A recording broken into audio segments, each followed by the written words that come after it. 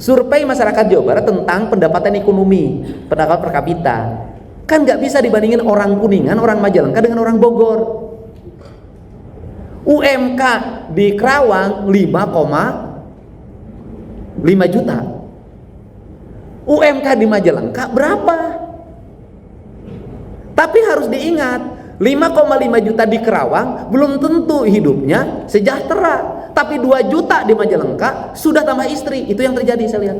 Jangan suka ngatur kalau tidak menjam. Begitu. Orang yang ngatur harus menjam. Ini tugas negara mengatur dan menjam. Tugas rakyat diatur dan mendapat jamin.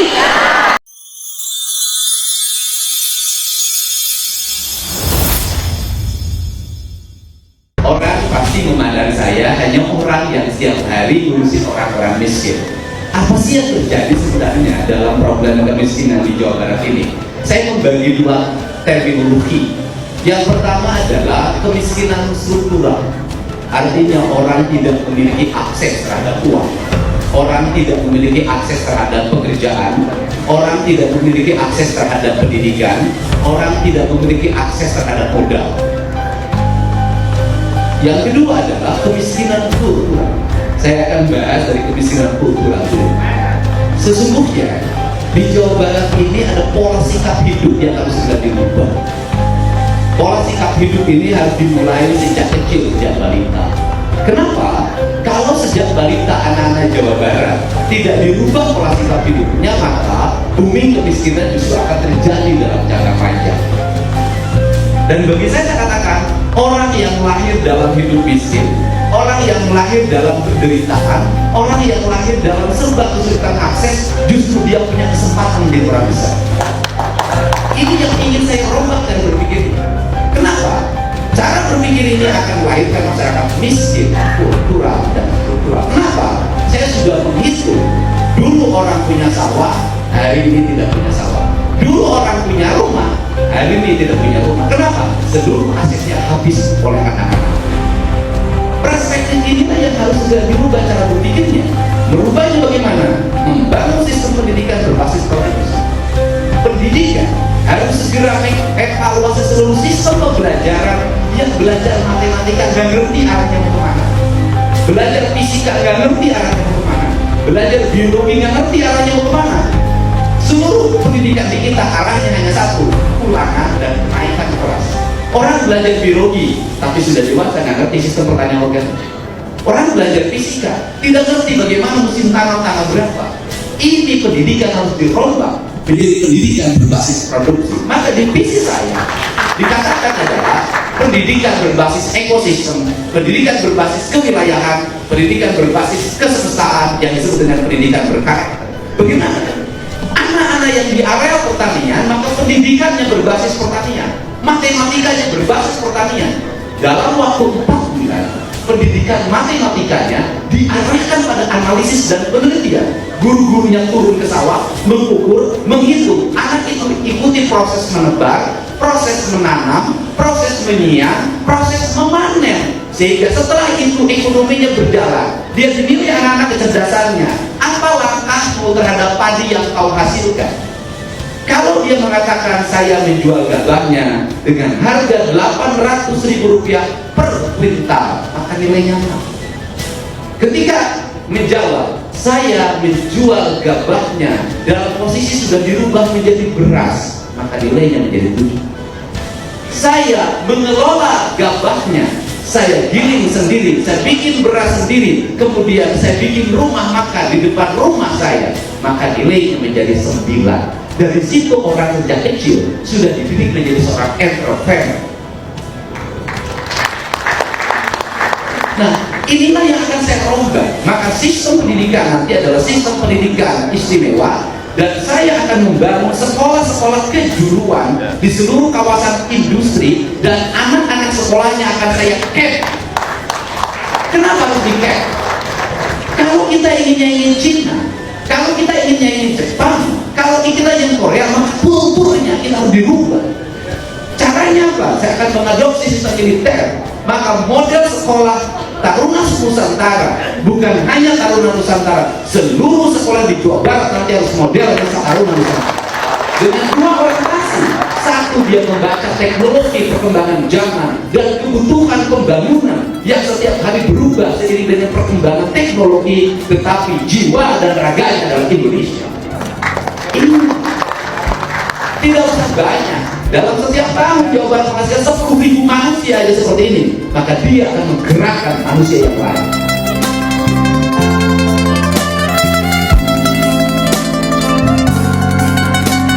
Kenapa saya concern terhadap puncak, terhadap sumber mata air dan sejenisnya? Ini penting, Pak. Ini adalah bagian mencegah angka kemiskinan. Saya sih lebih cenderung hari ini sudah ada LPG 3 kg tuh nggak dipakai lagi bagi orang desa. Suruh anak-anaknya ngambil kayu bakar. Kenapa? Anak-anaknya nganggur, orang pohon ranting tuh berserakan di mana-mana tidak dipakai, tapi pakai LPG 3 kg ngutang. Terus anak-anaknya menjadi anak yang tiap hari pegang HP, motoran. Cara berpikir saya ortodok, ketinggalan zaman. Tapi bagi saya itu jauh lebih produktif banding kemajuan tapi banyak utang. Ini clear. Ini clear. Kenapa? Karena di situ punya multiplier efek ekonomi. Orang ngambil kayu bakar, nemu jamur. Orang nemu kayu bakar, ngambil belut. Orang kayu bakar dapat ikan. Ke rumahnya tidak belanja lagi, orang tuanya sudah tertutupi oleh produktivitas anaknya. Dulu punya anak 9 produktif. Satu orang punya satu peran. Hari ini punya anak 2 konsumtif. Beban. Sebenarnya dari angka grafik semestinya hari ini sudah tidak ada lagi orang miskin. Kenapa? Yang miskin itu culture menurut saya. Semiskin-miskinnya anak Jawa Barat hari ini jajannya masih 5.000 sampai 10.000 per hari. Semiskin-miskinnya. Yang ada adalah persoalan ketimpangan antara upah yang satu. Terus yang terakhir, jangan nih survei juga harus survei harus dilihat dari kondisi lingkungan. Misalnya begini. Survei masyarakat Jawa Barat tentang pendapatan ekonomi, pendapatan per kapita, kan nggak bisa dibandingin orang Kuningan, orang Majalengka dengan orang Bogor. UMK di Kerawang 5,5 juta. UMK di Majalengka berapa? Tapi harus diingat, 5,5 juta di Kerawang belum tentu hidupnya sejahtera. Tapi 2 juta di Majalengka sudah tambah istri. Itu yang terjadi saya lihat. Dan itu ngeledek gubernur. Saya satu aja belum punya, dia udah nambah. Bikin masalah itu sama saya dia. Nah, ini yang harus menjadi perhatian. Kemudian standarisasi kemiskinan jangan lagi diukur rumahnya bilik. Yang bilik tuh justru maju. Rumahnya lantainya tanah belum tentu miskin. Yang harus dianggap yang paling miskin itu orangnya nggak punya rumah. Yaitu yang masih ngontrak, kan begitu loh. Negara bukan punya pusat, negara adalah desa yang terhampar di seluruh Indonesia. Itulah pemilik saham terbesar negara. Betul nggak? Betul nggak? Nanti diatur. Saya sudah hitung itu. Saya dengan Pak Prabowo pernah ngitung. Pak Didi, kata Pak Didi nyelesain kemiskinan pertanian gimana? Gampang, Pak. Bagaimana? 1, pupuk jangan dibikin susah-susah.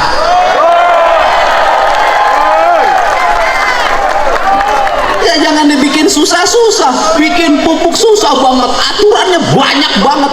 Bikin yang sebanyak-banyaknya, negara rugi. Nggak apa-apa, asal petani untung. Betul, 2,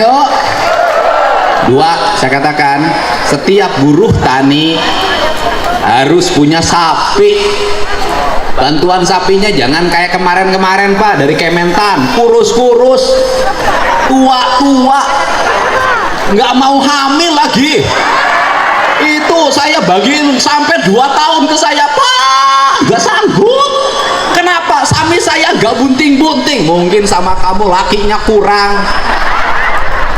Kasih dong sapi yang unggulan, yang bibitnya gede. Kalau bisa yang dibagiin yang sudah bunting, di IB dulu sama kementerian, baru dibagiin. Betul nggak? Satu petani dengan sebagai buruh tani atau luasan di bawah 1/4 hektar, kasih 5 ekor. Setelah itu kasih dana pendampingan, PPL-nya arahin, itu kotoran sapi jadi pupuk organik. puterin begitu. Kemudian apalagi jamin kesehatannya, kalau sakit nggak usah susah. Bener rakyat pakai BPJS, bener, tapi banyak yang BPJS-nya nggak bisa bayar. Saya tuh kenapa kan dia ngomong gitu tiap hari, aku ngurus yang begitu. Masuk rumah sakit BPJS nggak ada, bayar dulu. Masuk rumah sakit, di rumah sakitnya nggak bisa nungguin, kenapa? Berhenti kerja ngebecanya, bener nggak? Nah, jadi gratisin itu pelayanan kesehatan. Yang berikutnya apa lagi? Bangun rumah sakit, jangan numpuk satu tempat. Ya, kabupaten harus punya rumah sakit rujukan, nggak usah operasi ke pusat kota, cukup di kabupaten. Turunin dokter-dokter terbaik di situ. Kemudian siapkan subsidi untuk apa? Kalau orang sakit, keluarganya harus disubsidi. Kenapa Kang Deddy ngomong gitu? Suaminya sakit, bininya nungguin, yang nyari duit siapa? Saya ngalamin, saya pernah punya kebijakan, kalau keluarganya sakit, yang nungguinnya saya kasih uang saku 100.000 per hari. Bisa negara? Bisa. Bisa nggak? Bisa. Sekolah, bikin perguruan tinggi udah dirancang oleh Pak Prabowo kan, sekarang sudah ada politeknik di NTT, nanti terus begitu. Nah, kemudian kalau itu dilakukan, kemiskinan selesai. Orang miskin karena sakit, rumah sakitnya mahal. Benar gak? Orang kaya penghasilan 20 juta kena cuci darah jadi miskin. Benar gak? Benar gak? Ini problem. Terus kemudian infrastrukturnya benerin yang berkualitas di desa-desa. Jangan jalan dibangun sekarang, besok sudah rusak lagi. Bangun irigasi yang bener, jangan bilang 60 cm, dibangunnya 30 cm, diakal-akalin. Ini benerin semua. Terus yang berikutnya, negara tegas, termasuk yang di bawah umur jangan pakai motor. Saya sampai ngurus begitu, saya jadi bupati ngurus begitu, bikin aturan tidak boleh pakai motor ke sekolah. Kenapa? Di bawah umur pakai motor merusak hidupnya. Dia tiap hari kerjanya main HP sama motor-motoran, ibunya sampai hitam legam di sawah begini, rusak generasi. Apalagi, nah, bikin aturan, ini Jawa Barat. Aturannya apa? Mereka yang hajatan boleh hajatan kalau punya uang. Yang nggak punya uang nggak boleh hiburan-hiburan, udah numpeng aja. Kenapa? Di Jawa Barat banyak yang kawinan pinjem Bang Emok. Beres Bang Emok, hutang sampai pergi ke Arab. Ini negara ngatur, kepala desanya ngatur, semua ngatur seperti itu. Pusat dan daerahnya ngatur, rakyatnya dijamin, diatur tapi dijamin. Sekali lagi apa? Diatur tapi jangan suka ngatur kalau tidak menjam. Begitu. Orang yang ngatur harus menjam. Ini tugas negara mengatur dan menjam. Tugas rakyat diatur dan mendapat jamin. Ya, ini saja apa yang saya sampaikan. Saya panjang dan pendek ngomongnya, pulangnya nggak akan ditransfer, ongkos sendiri. Alhamdulillah. Atur nuhun. Wallahu muwaffiq ila aqwamit thoriq. Assalamualaikum warahmatullahi wabarakatuh.